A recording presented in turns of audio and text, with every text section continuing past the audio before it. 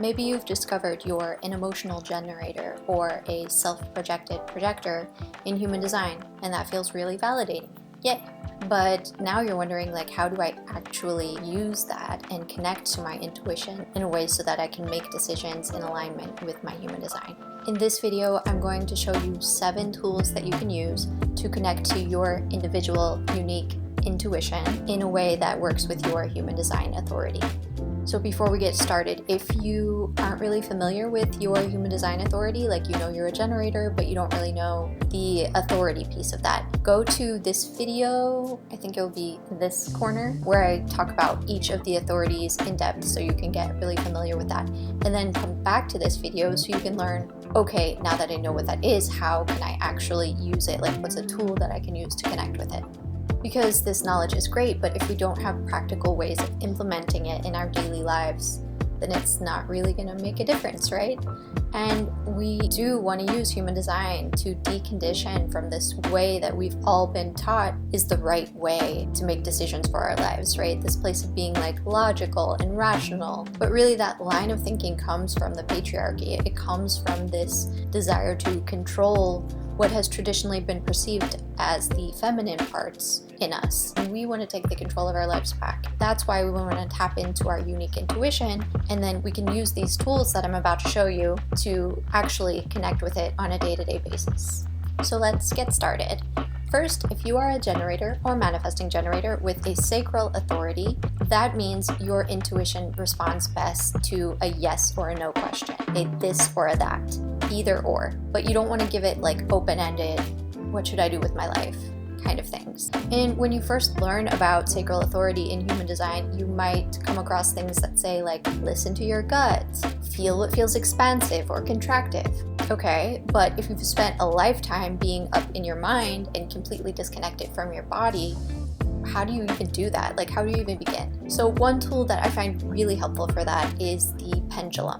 It's simple to use and it lets your body speak even when your mind is particularly noisy, because it's simply picking up on your energy in the moment. So it's very connected to the sacral in that way that it's like an in the moment energy and it answers in a yes or a no. And a pendulum is simple to use. Like most instructions that you find online are going to say that you begin by holding it and saying, show me a yes, and seeing which way it moves. And then you say, show me a no, and see which way it moves. You can do that. What I like to do instead actually is to program it with an intention beforehand. So before I go into asking my questions, I will say either out loud or in my mind, left means yes, right means no, or vice versa. Sometimes I'll change it up just to make sure that it's really listening to me. And so then you'll program it with your intention of like which spin means what. Sometimes when you ask questions, you'll notice that it doesn't go in a circle, but it moves back and forth in a line. That I take to mean as it's a no for right now. Once you know what directions mean what, you ask your questions, you see where it moves. So maybe I ask a question like, do I want to move to Madrid? And then I'll see that it's moving in a yes direction. Right away, when you see it moving, what are your body's sensations? What are your body's responses to that answer? Do you feel excited by that? Do you feel relief that it's a no? Or is there any kind of sound that wants to come out? Note your reactions to the pendulum response, because what that is telling you is that is how your sacral naturally wants to respond. Over time, you will be able to not even use the pendulum and just listen to your sacral directly, because you will have identified, oh, those are the responses that mean yes or no for me. Now, if you are an emotional authority, you could be a generator, manifestor, projector, any of the types basically except for a reflector, and be emotional authority. So for you, clarity develops over time. Your intuition develops over time. It's kind of like if you've ever been in a dark room developing film and you put the photo in the chemicals and you can see the image appearing, but it's not like all at once in an instant, you know what it is. You pick up on a little edge here and then this edge starts to develop. That's kind of how your emotional intuition works. Or to use a different analogy, say you're on a Ferris wheel, and when you're at the top of the Ferris wheel, you snap a photo of someone that's standing on the ground. And then you snap another photo when you're on the side and when you're at the bottom. By then looking at all the photos that you've taken over these different points along the wheel, you will have a more complete or a more varied perspective of this subject, rather than just looking at it from one point and thinking that that is the truth. You want to collect data points around your cycle or your emotional wave. So common advice you'll hear for emotional authority is to wait until you are in a cool, calm, collected place to make your decision. But even then, if you drop in and you feel a yes, it's still not a yes right now. You still need multiple data points to make sure. And so obviously for ordinary day-to-day life, you're not going to be going multiple data points for what do I want to eat for breakfast. But for those larger decisions, that's when you will really tap into your emotional intuition. For that, I like visualization. So what you can do is actually record a voice note on your phone, guiding yourself through a visualization of this outcome. Say that I made the decision to move to Spain, or whatever it is you're trying to decide on. You guide yourself in this voice note, and then you listen to it every day, a couple days, a couple weeks go by, and then you see how is it that you're feeling each time. Does your body feel a sense of delight from this experience? Or do you just feel delighted because you are in a delightful mood today? Collecting those data points over a few days or a few weeks, depending on how big of a decision it is, how much it's going to impact your life, and then you can come to a more centered knowing place, even if you're never 100% sure. Now, if you are a projector or a manifestor with splenic authority, that means you are incredibly intuitive in the moment, and you really are intuitive in response to external stimuli. You can just receive downloads like from the universe at any time, but when it comes to things that you're meant to make decisions on, it's all about following your strategy, which we talked about in this video. And so for you, what I recommend, a tool to connect with your intuition, is to use tarot cards. You could use oracle cards as well. Basically what you would do is when a decision presents itself, when you are invited to something, you'll get that intuitive hit right away, but you might not hear it because we are so disconnected from our bodies and our wisdom. If you have missed what that signal is from your body, that intuition, you can create a spread. Maybe it's even just a 1-card draw. Maybe it's 2 cards, maybe it's 3, whatever feels right for you. And then when you're flipping over the cards, make note of any sensations that are arising in your body. Do you feel any contraction? Do you feel a sense of ease or peace or expansion? It should be something you just intuitively get as you're pulling those cards, just a knowing. And if you have any favorite spreads that you come up with, definitely share them because I would love to know.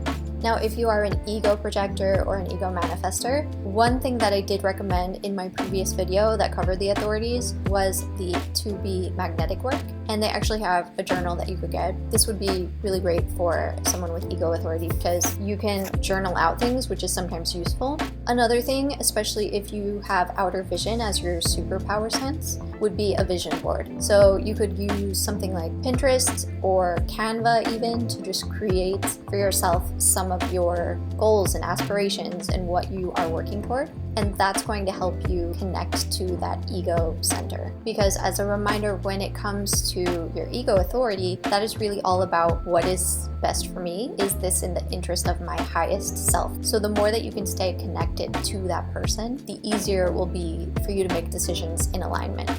Alright, so the next 2 authorities are specifically for projectors. So if you are a self-projected projector, really the way that you connect to your intuition is through speaking. It could also be through journaling. So I highly recommend having a journal that you work through daily. Also, I've heard from other self-projected projectors, what they like to do is create voice notes that they send either to a close friend or just for themselves, like pretending that you're talking to a friend. Through the act of speaking or writing out your thoughts, this is how you're able to actually understand your truth for yourself. It's a daily practice that you can really incorporate, just the act of speaking into a voice note or writing in a journal, and that's really how you're going to start to hear your intuition come through. And one of the self-projected projectors that I love and recommend everyone follow is Katie Dalebout, and she actually wrote a book about journaling, and she sells a little journaling workshop on her website. So I'll put links to both of those in the description below.